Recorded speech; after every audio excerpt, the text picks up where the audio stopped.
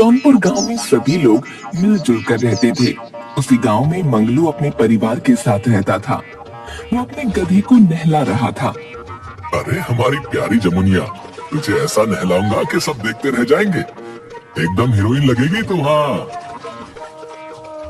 मंगलू को अपनी जमुनिया से बहुत प्यार था। उसकी बहुत देखरेख करता और उसे बहुत लाड़ प्यार से रखता। कभी भी वो जमुनिया से दूर नहीं होता और उसे अपने घर में ही सुलाता था। जमुनिया के साथ खाता और उसी के ऊपर बैठकर सैर भी करता। शीला मंगलू की पत्नी का नाम था। मंगलू अपने घर में होता तो शीला उसके बगल में खड़ी होती। जमुनिया भी पीछे ही बंधी होती।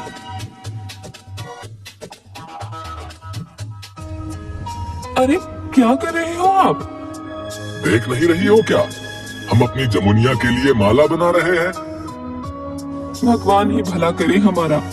उसी से शादी कर लेते जब उससे इतना प्यार रखना था। हमारे लिए आज तक एक फूल भी नहीं लाए और जमुनिया के लिए माला बना रहे हो। वाह भाई वाह। हमारी जमुनिया के बारे में कुछ मत कहो। हाँ, तुम जाओ अपना काम करो। हाँ हाँ, काम ही तो करने को रखे हो हमें। सुनो, एक काम की बात तुम्हें बतानी थी। कल शहर से किसी केसरी प्रसाद के घर से फोन आया था। वो पिताजी का नाम ले रहे थे। हैं? केसरी प्रसाद? अब तुमने उनसे क्या कहा? मैंने कहा कि तुम आओगे तो मैं बात करवाऊंगी।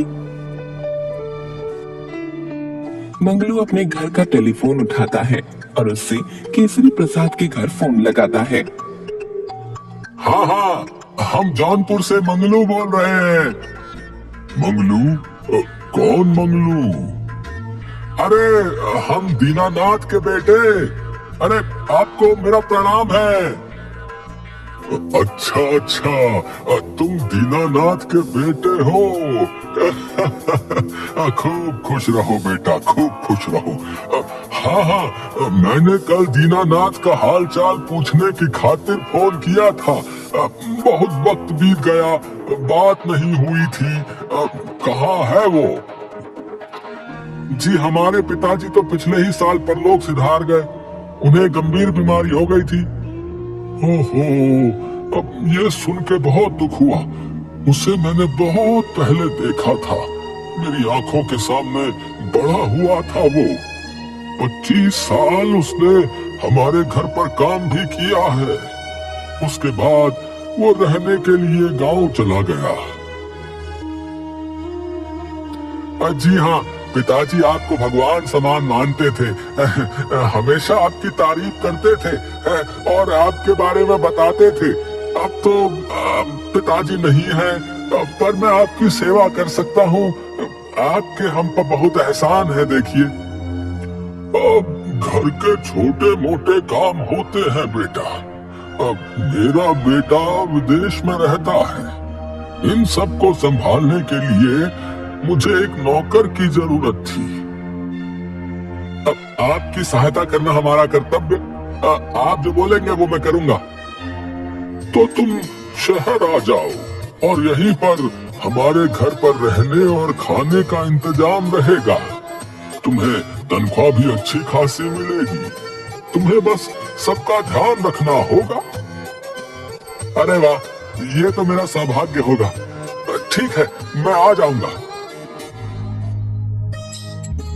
मंगलू शहर जाने की सारी तैयारियां कर लेता है। उसके बाद वो अपनी पत्नी से विदा लेता है। तुम अपना ख्याल रखना, ठीक है? शहर पहुंचकर फोन कर देंगे हम। हाँ। और जमुनिया को लेकर निकलने लगता है। अरे इसे क्या लेके जा रहे हो? इस जानवर का शहर में भला क्या काम? अरे तुम्हें कितनी बार कहा है, जमुनिया को नाम से पुकारा करो। मैं इसके बिना नहीं रह सकता। प्यारी जमुनिया तो मंगलू के साथ ही जाएगी। कैसे इंसान से पाला पड़ा है, जिसको साथ ले जाना चाहिए उसे घर छोड़े जा रहे हो और एक गधे को साथ लिए जा रहे हो। ज्यादा बातें मत बनाओ। हाँ, लाख दफा समझाया है, जाते वक्त टोकते नहीं ना है। बस टुकुर टुकुर करना ही होता है। हटो, अब जाने दो, देर हो रही है हमका।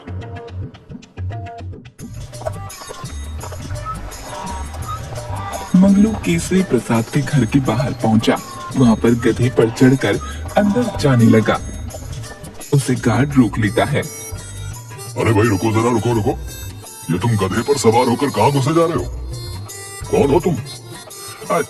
जी हमारा नाम जो है वो मंगलू है और ये है हमारी जमुनिया। हमें केसरी प्रसाद जी ने बुलाया है। हम कैसे माने कि तुम्हें सेठ ने बुलाया है? और गधे पर तू अंदर नहीं जा सकता। अरे हमने कहा ना हमारी जमुनिया है, गधा नहीं है ये। तुम अपने सेठ से पूछ कर बताओ भाई। गार्ड टेलीफोन से कॉल लगाकर पूछता है, फिर उसे जमुनिया के साथ अंदर जाने देता है।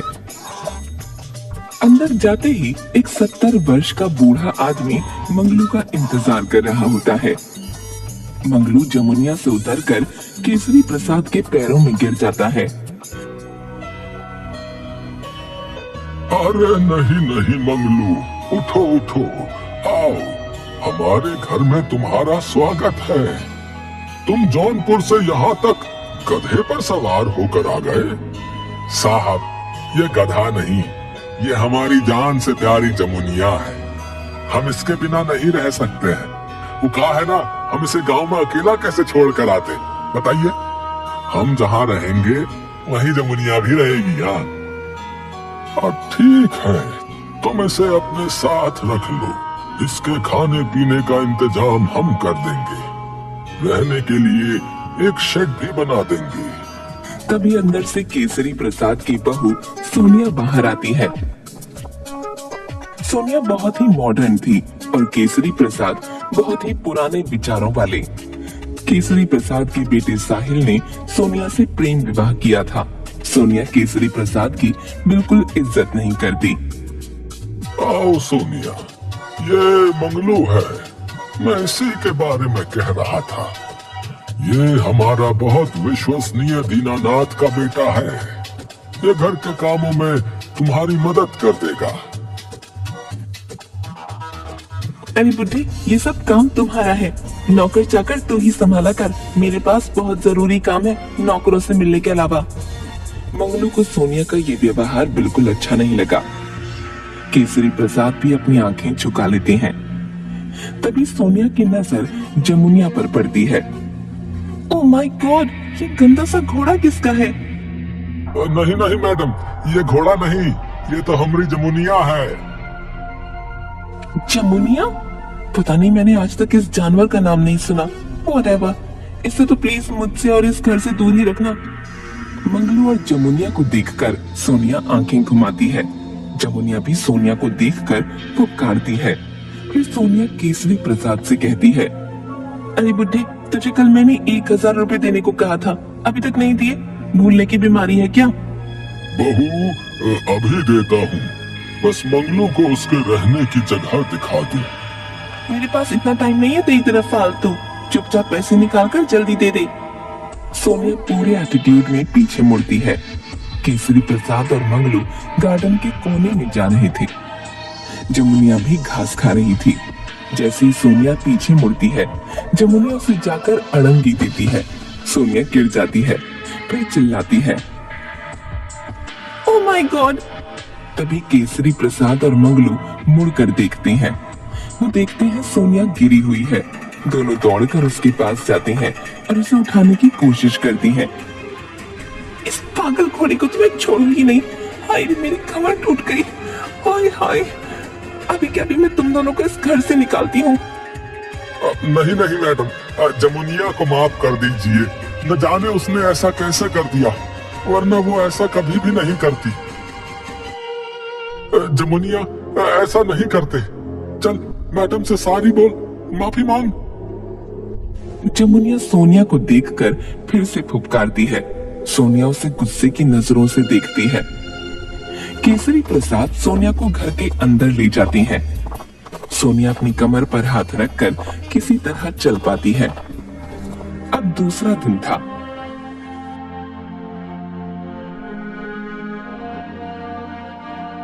जमुनिया मंगलू जहाँ रहता है वहीं बगल में बंधी होती है। उसी के पास घर से बाहर जाने का रास्ता था। सोनिया फोन पर बात करते करते घर से निकल रही होती है। सोनिया बिल्कुल बनी ठनी होती है, पार्टी में जाने को तैयार। अरे क्या बताऊं, मेरे ससुर इतने पागल है ना, न जाने कौन से गांव से एक नौकर को बुला लिया है। बुढ़ापे में सठिया गए हैं। छोड़ो, अच्छा मैं तो पार्टी में पहुंच रही हूँ, तू भी जल्दी निकल। उस बुड्ढे की बातें करके मेरा मूड खराब मत कर। तभी जमुनिया अपने दोनों पिछले पैरों से बहुत सी मिट्टी सोनिया पर उड़ा देती है। सोनिया की पूरी ड्रेस खराब हो जाती है। सोनिया जोर से चिल्लाती है, अब मैं इस जानवर को और बर्दाश्त नहीं कर सकती, अब चल बाहर निकल। सोनिया के चिल्लाने की आवाज सुनकर केसरी प्रसाद और मंगलू दौड़कर बाहर आते हैं। मंगलू दौड़कर जाकर जमुनिया को पकड़ता है। वो फुफकार रही होती है। अरे अरे जमुनिया, ये तू क्या कर रही है? मैडम, इस बार माफ कर दो, हमारी बच्ची से गलती हो गई, कृपा करके माफ कर दो। इतनी महंगी ड्रेस खराब कर दी। ये ड्रेस कितने की है? उतने पैसे तो तुमने आज तक देखे भी नहीं होंगे। मेरी जूती के सोल के बराबर भी औकात नहीं तुम्हारी। सोनिया, मंगलू बहुत ईमानदार और सच्चा है, तुम उससे ऐसी बातें नहीं कर सकती। अब तो हद ही हो गई। तू अनपढ़ गंवार बूढ़ा मुझे सिखाएगा? तेरी औकात भी नौकरों की जैसी है। मेरा पति तुझे 2 टाइम खाना देता है, वही बहुत है। ज्यादा मुंह मत चलाया कर। केसरी प्रसाद की आंखें शर्म से झुक जाती हैं। मंगलू केसरी प्रसाद को दया की आंखों से देखता है। सोनिया इसी तरह बड़बड़ाती हुई घर के अंदर चली जाती है। साहब, मुझे माफ कर दो। जमुनिया को भी, वो ऐसा कभी किसी के साथ नहीं करती। न जाने यहाँ आकर उसे क्या हो गया। नहीं मंगलू, गलती तुम्हारी नहीं है। वो जब से इस घर में आई है, एक बार मुझसे सीधे मुंह बात नहीं की। मैंने कितने सपने संजोए थे कि बहू आएगी तो उसे सर आंखों पर रख लूंगा, वो मेरी कितनी इज्जत और सेवा करेगी। फिर सोनिया वैसी नहीं है।